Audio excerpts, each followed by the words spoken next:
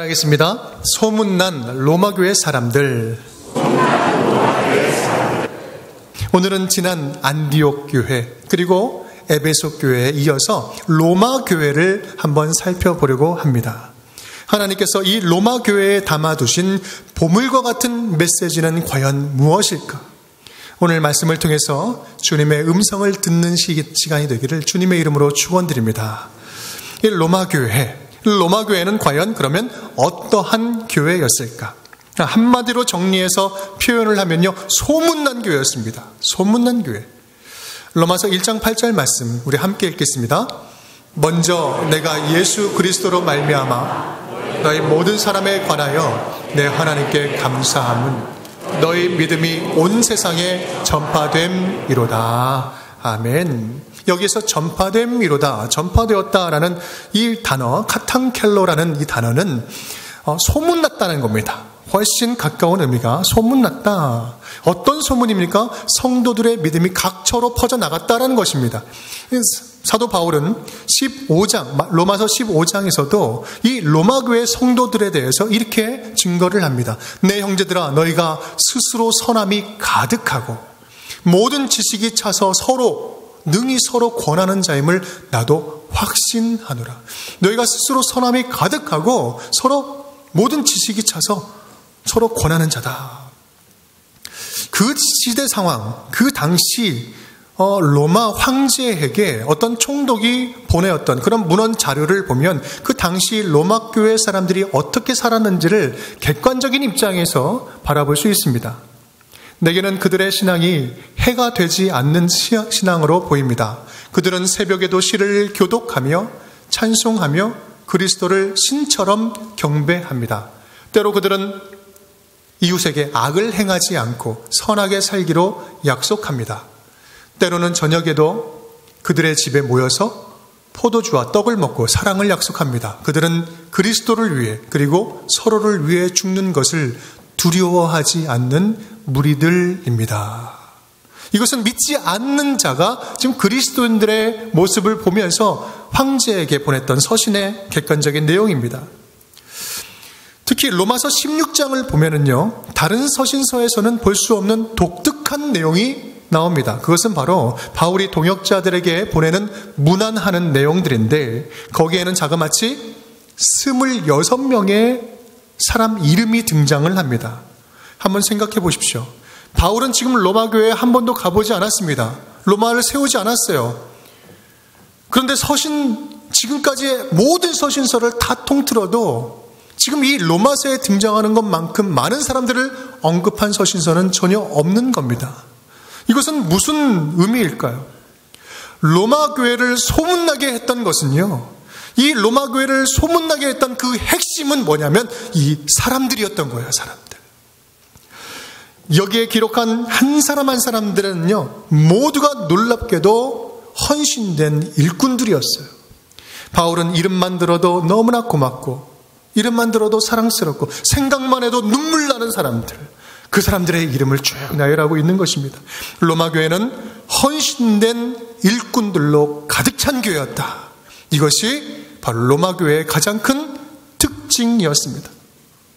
참 흥미로운 사실은요, 로마 교회에는 우리가 알만한 그런 유명하고 뛰어난 영적인 지도자가 한 명도 없었습니다. 바울도 아직까지 가보지 않았고요, 베드로도 지금 가는 흔적이 보이지 않습니다. 유명하고 경험이 있는 사도나 목사 세우지 않았습니다. 교회를 세우지 않았어요. 그들은 교회를 세워본 경험도 없었고 또 교회의 전통이라는 것을 가지고 있지 않았습니다. 하지만 로마 교회는 건강하고 든든하게 세워져 갔던 것입니다.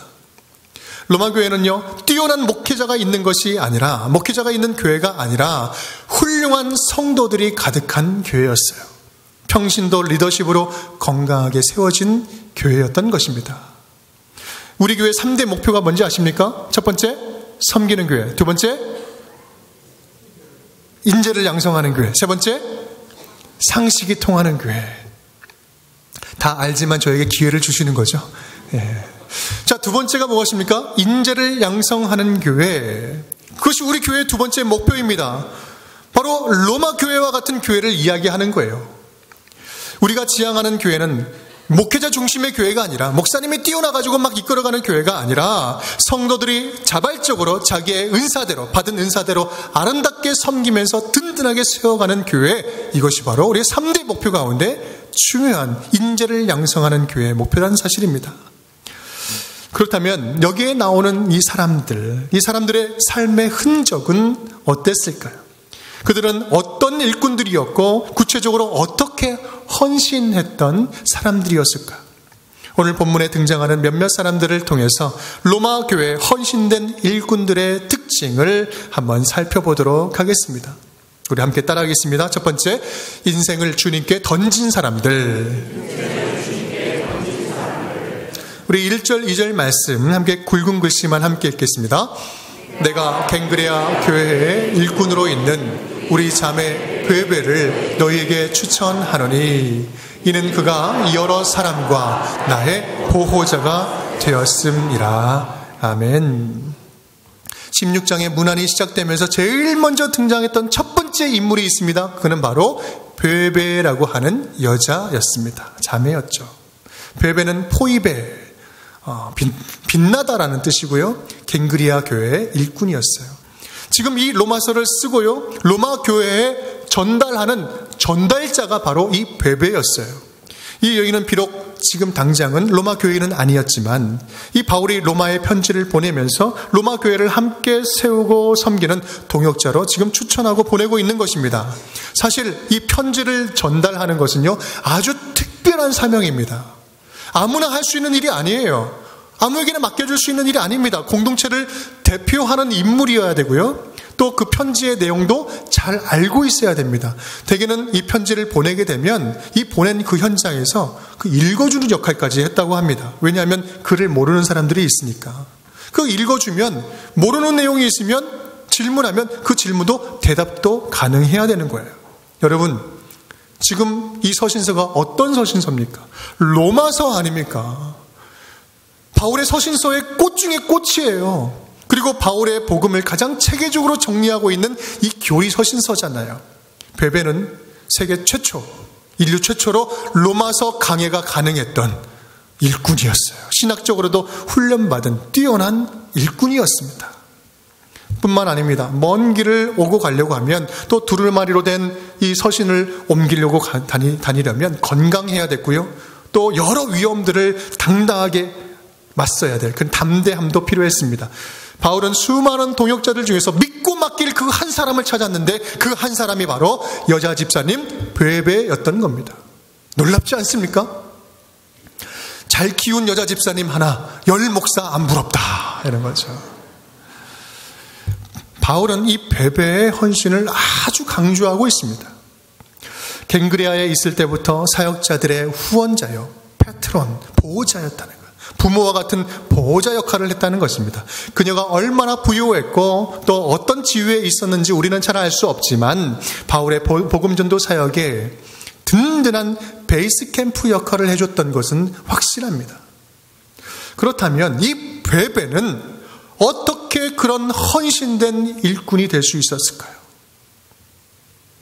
성경은요, 이 베베에 대해서 집중적으로 설명하고 있지는 않습니다. 하지만 이 베베가 살았던 이 도시, 그리고 그의 이름의 뜻을 살펴보면 우리는 그의 삶을 유추해 볼 수 있습니다.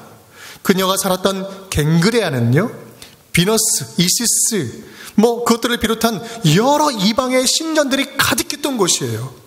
갱그레아는 항구 도시입니다. 동서고금을 막론하고 항구 도시는요, 이방신들이 창궐하는 곳입니다. 이방신들을 많이 섬겼던 신전이 가득했던 곳이에요. 또한 이 베베라는 이름의 뜻, 이 포이베라는 이름은요, 그리스 신화에 나오는 신의 이름입니다. 쉽게 말하면 이 무속적인, 이교적인 문화에 푹 젖어 있었던 환경에서 자랐던 사람이에요. 더 이상 그 복음을 받아들일 수 없는 환경에 있었던 사람, 구원받기 힘들었던, 죽었던 인생이 예수 그리스도의 십자가의 복음을 만나서 진짜 빛이 된 거예요. 빛나게 된 사람이 된 것입니다. 전혀 가능이 없던 인생이 새 삶을 얻은 거예요. 베베는 예수 그리스도를 만난 이후로 전 인생을 예수님께 투자하고 전 인생을 바쳤던 것입니다. 그가 한 일을 보면요, 그냥 대충 이것저것 그냥 가능한 것만 섬기는 그 정도가 아니라 무엇을 시키든지 내가 어떤 일을 맡겨준지 나의 전부를 드립니다라는 전적으로 헌신하는 것, 모든 것을 던져서 죽도록 헌신하는 그런 모습을 우리는 발견할 수 있습니다.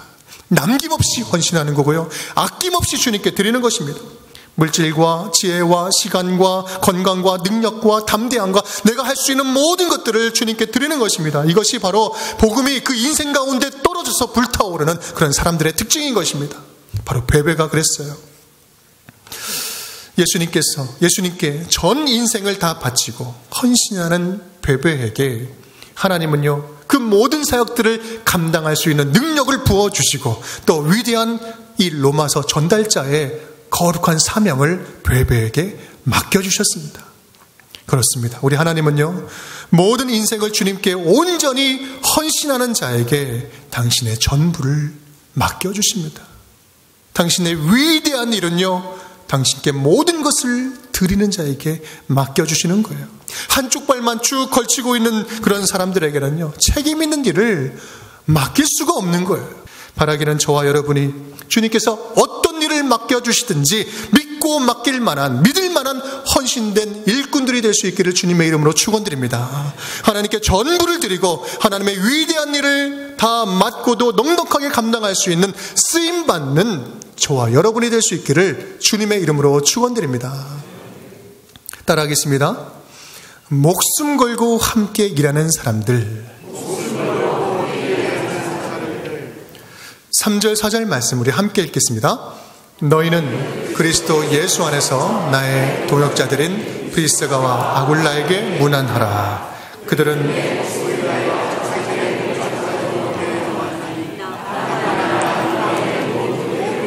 그들에게 감사하느니라. 아멘.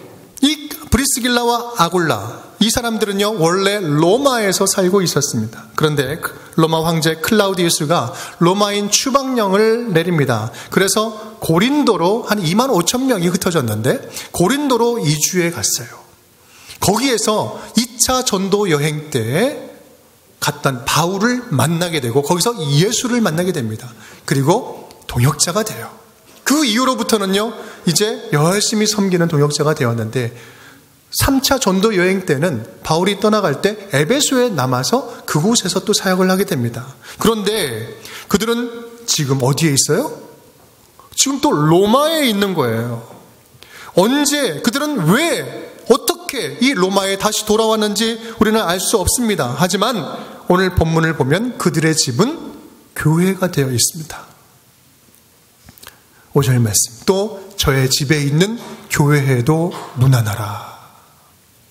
그들은 단순하게 내가 언젠간 돌아갈 나의 땅, 고향 땅, 나는 그 향수병이 있어서 돌아갑니다. 이래서 돌아왔을까요? 그렇지 않습니다. 예수를 만난 이후로는요, 분명한 목적이 있었습니다. 내가 살던 그 로마는 반드시 예수가 지배해야 되는 곳이다. 그곳이 복음화될 때 놀라운 역사가 일어날 것이다. 나는 그곳에서 사람을 세우고 공동체를 세우겠다. 분명한 목적을 가지고 그들은 로마에 돌아온 것입니다. 바울은 그들에 대해서, 이 두 부부에 대해서 입이 마르게, 침이 마르게 칭찬을 하고 있습니다. 그들은 내 목숨을 위해서 자기의 목까지도 내놓았다. 이것을 좀 문자적으로 직역하면 이렇게 표현합니다. 그들은 도끼 아래에 자기의 목을 내놓았다. 실제적이었다는 거예요.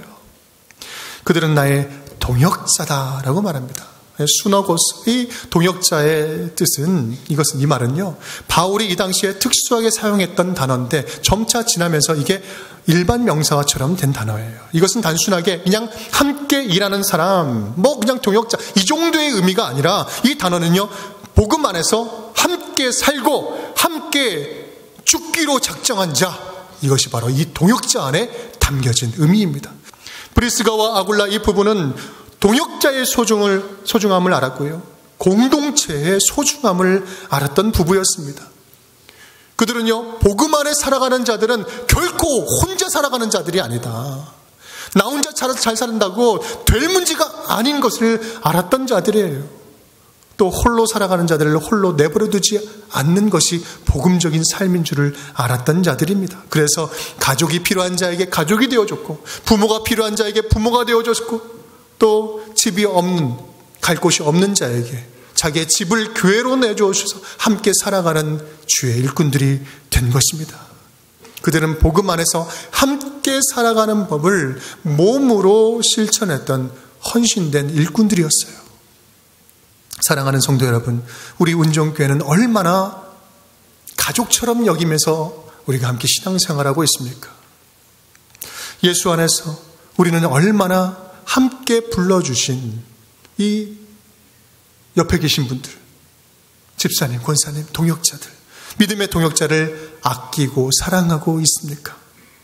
예수 안에서 한 가족이라고 말하면서 우리는 얼마나 가족처럼 말하고 가족처럼 대하고 내가 조금 손해보더라도 돌보고 아끼면서 나의 집도 나의 가정처럼 그렇게 품고 살아가고 있을까요? 저도 이 말씀을 준비하는 중에 하나님께서 문득 귓전에 탁 말씀하시는 거예요. 내가 너에게 보내준 동역자들을 너는 얼마나 사랑하고 얼마나 섬기고 있느냐. 그 말씀이 싹 들려오는데 그냥 아무 생각 없이 그래도 저는 열심히 좀 잘하고 있는 거 아닙니까? 생각하는 순간에 갑자기 뒤통수를 땅 때리는 그런 마음이 있는 거예요. 네가 생각하는 기준과 내가 생각하는 기준이 다르다. 하나님이 생각하는 기준은 내가 생각하는 그런 섬김 사람 그 정도가 아니라는 것입니다. 하나님의 기준은요, 목숨을 거는 거예요. 목숨을 걸고 너가 사랑할 수 있느냐? 우리가 이로써 사랑을 알고 우리도 형제들을 위하여 목숨을 버리는 것이 마땅하니라. 목숨 걸고 사랑하는 그러한 그 정도의 결단이 아니면 우리는 하나가 될 수 없다는 거예요. 그리고 우리는 한 몸, 한 팀을 이루는 것은 허울 좋은 이야기일 뿐이다. 너가 목숨을 걸고 생명을 다하는 사랑으로 사랑할 수 있겠느냐? 그렇게 생각하니까 저는 흉내만 내고 있는 거예요. 너무나 부끄러운 것입니다. 요한일서 3장 18절 말씀 우리 함께 읽겠습니다. 자녀들아, 우리가 말과 혀로만 사랑하지 말고 행함과 진실함으로 하자.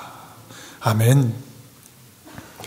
사랑하는 운정교회 성도 여러분, 우리 모두는 하나님의 사랑, 하나님의 아가페 사랑으로 묶어준 사랑의 동역자입니다. 우리가 스스로 사랑할 수 있는 능력이 있어서 묶어준 것이 아니라 주님께서, 하나님께서 사랑하시겠다고 우리를 한 생명으로 묶어주셔서 이곳 가운데 사랑으로 임재하고 계시는 것입니다. 하나님께서는 저와 여러분을 이 운정교회 안에서 하나의 동역자로 묶어주셨습니다. 우리가 싫으나 좋으나 말이에요. 내가 선택한 것이 아니라 주님께서 선택하시고 우리를 묶어주신 것입니다. 어차피 하나님께서 묶어주신 것이라면 서로 아끼고 사랑합시다. 따라하겠습니다. 이름도 남김없이 수고한 사람들. 우리 6장 12절 말씀, 16장 12절 말씀 함께 읽겠습니다. 주 안에서 수고한 두루베나와 두루보사에게 문안하라. 주 안에서 많이 수고하고 사랑하는 버시에게 문안하라. 아멘.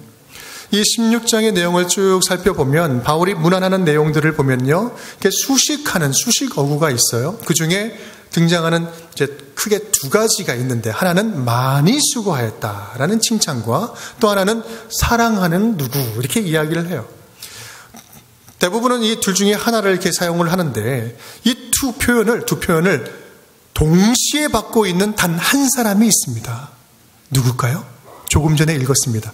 버시라는 여인이었습니다. 버시. 이 버시는 과연 어떠한 여인이었을까? 이 버시는요, 다른 사람들처럼 이름이 아니었습니다. 이름이 아니라 페르시아 여성이라는 뜻의 일반 명사예요. 그냥 우리가 버시라고 부른다는 것은 뭐냐면 그 이름조차 없는 신분의 그 비천한 사람이었다는 것입니다. 학자들은 페르시아에서 건너온 노예였을 것이다라고 이야기를 합니다. 우리도 예전에 이름 대신에 그 지명 이름을 많이 불렀잖아요. 이 가운데도 계시지 않습니까? 파주댁 계시잖아요. 오산댁, 수원댁, 뭐 이렇게 지명으로 이름을 대신하잖아요.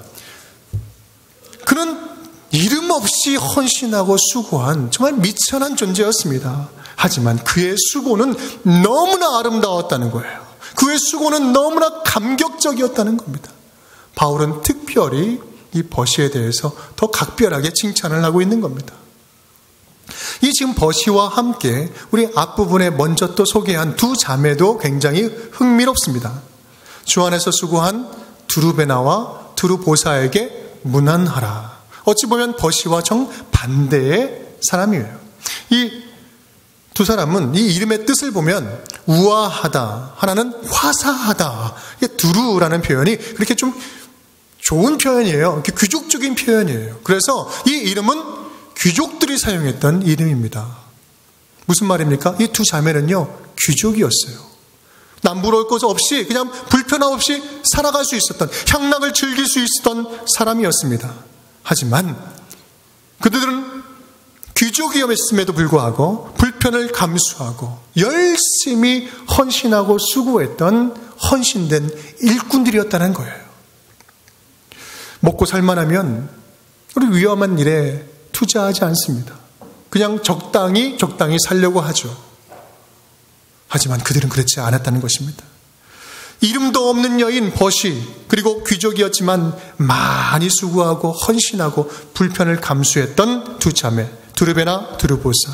우리는 그들이 어떻게 교회에서 섬겼는지 자세한 기록은 볼 수 없습니다. 하지만 우리는 그 이름도 없이 빛도 없이 섬겼던 그 사람, 그 헌신, 그리고 특권을 버리고 낮은 자세로 수고한 그 자체만으로도 그들의 겸손한 헌신을 우리는 엿볼 수가 있습니다. 그들의 수고는요, 과부의 두 랩돈과 같은 수고였습니다. 자기의 전부를 깨뜨려서 드린 향유 여인과 같은 헌신이었습니다. 아무도 알아주지 않고 정말 미천하고 아무도 일하지 않는 그곳에서 묵묵하게 책임을 다하는 그런 헌신, 아름다운 헌신이었던 것입니다. 제가 청년 때 다녔던 그 교회의 이야기를 드리면서 말씀을 마치고자 합니다. 그 교회는요, 아름다운 미담이 있었습니다. 어떤 미담이냐면, 우리 교회가 그렇게 크지도 않았지만 작지도 않았고, 그렇다고 해서 부유한 교회도 아니었습니다. 많은 행사들이, 많은 일들이 이루어지는데, 많은 일들을 돕는데, 어떤 일들을 해도요, 교회가 더 넘치지도 않고 부족하지도 않는 거예요. 정확하게 딱딱 들어맞게 필요한 만큼 채워지는 거예요. 어떻게 그런 일들이 있을 수 있었을까?